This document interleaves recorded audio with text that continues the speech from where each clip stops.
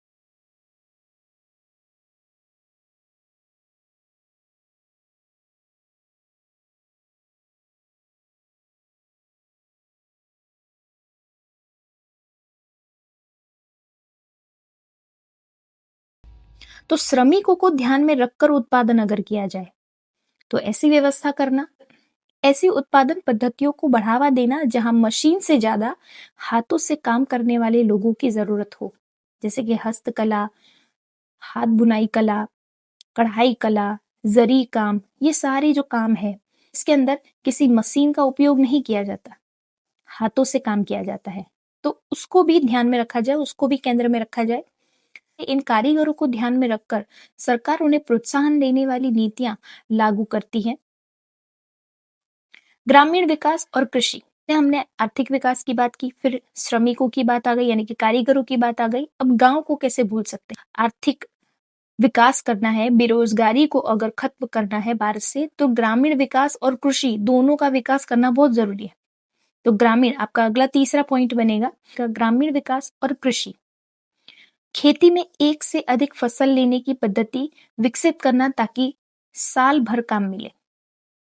सिंचाई, बिजली, सड़क, जल संचयन जैसी सुविधाओं का विस्तार करना। डेयरी उद्योग, पशुपालन, मत्स्य पालन जैसे कृषि से जुड़े अन्य कार्यों को बढ़ावा देना ताकि लोग शहर की ओर पलायन ना करें। इस तरह से गांव में इन सारी चीजों पर ध्यान दिया जाए, खेती बाड़ी पर, कृषि पर, सिंचाई, बिजली, सड़क पर, डेयरी उद्योग, पशुपालन, मत्स्य पालन, इस सारी चीजों पर अगर वहीं उनको रोजगार दी जाए, वहीं उनके लिए रोजगार के अवसर खड़े किए जाए, तो उनकी समस्या खत्म होगी और वो लोग कभी शहर में स्थानांतरण नहीं करेंगे, और स्थानांतरण नहीं करेंगे तो शहर की जो समस्याएं हैं वो भी नहीं बढ़ेगी। तो इस तरह ग्रामीण विकास और कृषि का विकास। अगला पॉइंट बनता है मानव विकास और बुनियादी सुविधाएं। मानव का विकास किया जाए तो मानव का विकास कैसे किया जा सकता है, तो उसका स्वास्थ्य, शिक्षा, शुद्ध पानी, इंटरनेट, ऐसी बहुत सारी सुविधाएं अगर ग्रामीण क्षेत्र में पहुंचाई जाए तो मानव विकास होगा। ठीक है। बुनियादी सुविधाएं, बुनियादी जिसकी खास जरूरत होती है, जैसे कि बैंकिंग, बीमा, बिजली, ये सारी जो सुविधाएं हैं उनका विस्तार किया जाए। और इन सभी क्षेत्र में इनकी सुविधाएं तो बढ़ानी है, साथ ही साथ इसके अंदर भी रोजगार है, इससे भी रोजगार प्राप्त कर सकते हैं। तो मानव विकास और बुनियादी सुविधाएं, उसका पॉइंट हम कुछ इस प्रकार लिखेंगे। ग्रामीण क्षेत्र में स्वास्थ्य, शिक्षा, शुद्ध पानी और इंटरनेट जैसी सुविधाएं पहुंचाना, स्थानीय उद्योगों को बढ़ावा देकर लोगों के जीवन स्तर में गुणात्मक और परिणात्मक सुधार लाना, बैंकिंग, बीमा जैसी सेवाओं का विस्तार करना ताकि रोजगार के नए रास्ते खुले। देख सकते हो खेती में सुधार, यानी कि बागायती, जैविक, शुष्क कृषि, साग सब्जी वाली खेती बाड़ी को बढ़ावा देना।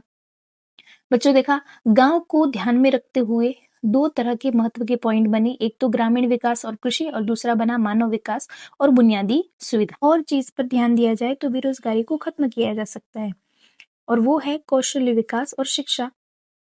व्यावसायिक शिक्षा केवल किताबी ज्ञान के बजाय तकनीकी और उद्योग आधारित शिक्षा पर जोर देना ताकि कुशल कारीगर तैयार हो। प्रशिक्षण, युवाओं को उनकी योग्यता के अनुसार ट्रेनिंग देना ताकि उनकी उत्पादकता बढ़े और वैश्विक स्तर पर मुकाबला कर सके।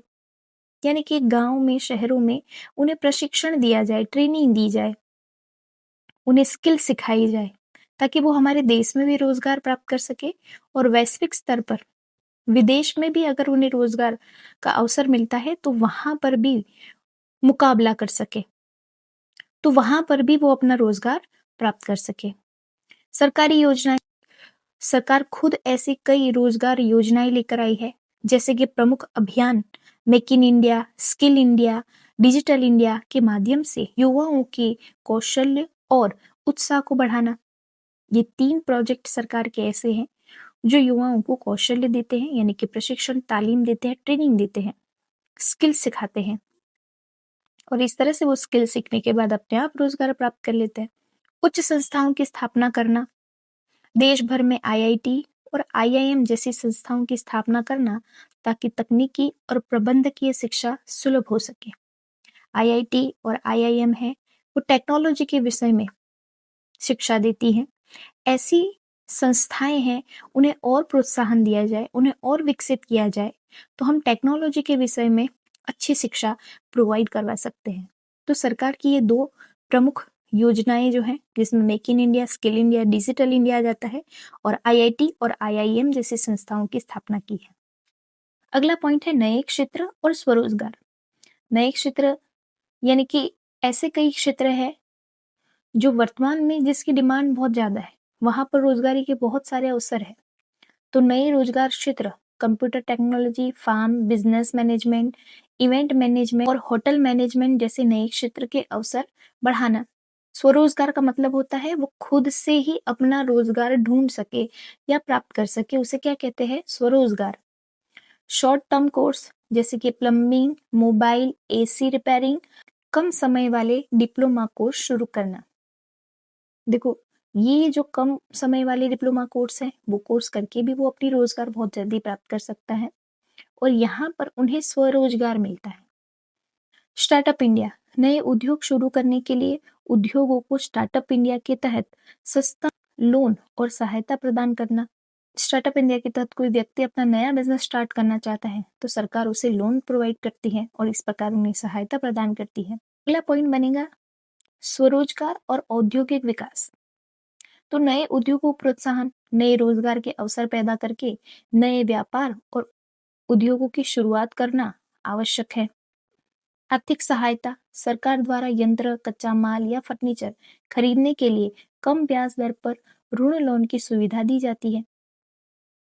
कौशल्य और प्रशासन, धंधा शुरू करने के लिए टेक्निकल ज्ञान, प्रशासनिक कुशलता और कौशल्य विकास में सरकारी मदद दी जा रही है। महिला सशक्तिकरण, बैंक और वित्तीय संस्थाओं की मदद से महिलाओं के लिए गृह उद्योग स्थापित कर उन्हें स्वरोजगार से जोड़ा जा रहा है। आधुनिक दृष्टिकोण पारंपरिक व्यवसायों से बाहर निकलकर नई पीढ़ी नए व्यापार और औद्योगिक क्षेत्रों का विस्तार कर रही है। तो इस तरह से सरकार अपने प्रयास कर रही है बेरोजगारी को खत्म करने के लिए। अगला लास्ट पॉइंट कि स्वरोजगार विनिमय केंद्र। सरकार ने एक ये महत्व का कार्य किया है कि रोजगार विनिमय केंद्रों की स्थापना करके रोजगार विनिमय केंद्र में बेरोजगार व्यक्ति अपना रजिस्ट्रेशन करवाता है और रजिस्ट्रेशन करवाने के बाद उसकी क्वालिफिकेशन के आधार पर उसे नौकरी के अवसर दिए जाते हैं, क्योंकि वहां पर काम देने वाले लोग भी उस संस्था से जुड़ते हैं, रोजगार केंद्र से जुड़ते हैं, और जिसे काम चाहिए वो भी रोजगार केंद्र से जुड़ते हैं। तो इस तरह से दोनों लोगों को जोड़कर उन्हें रोजगार प्राप्त करवाई जाती है। रोजगार विनिमय केंद्र कड़ी के रूप में कार्य करता है। ये केंद्र रोजगार खोजने वाले और काम देने वाले मालिकों को आपस में जोड़ने का काम करता है। अगला पॉइंट है पंजीकरण और मार्गदर्शन, यानी कि रजिस्ट्रेशन और मार्गदर्शन।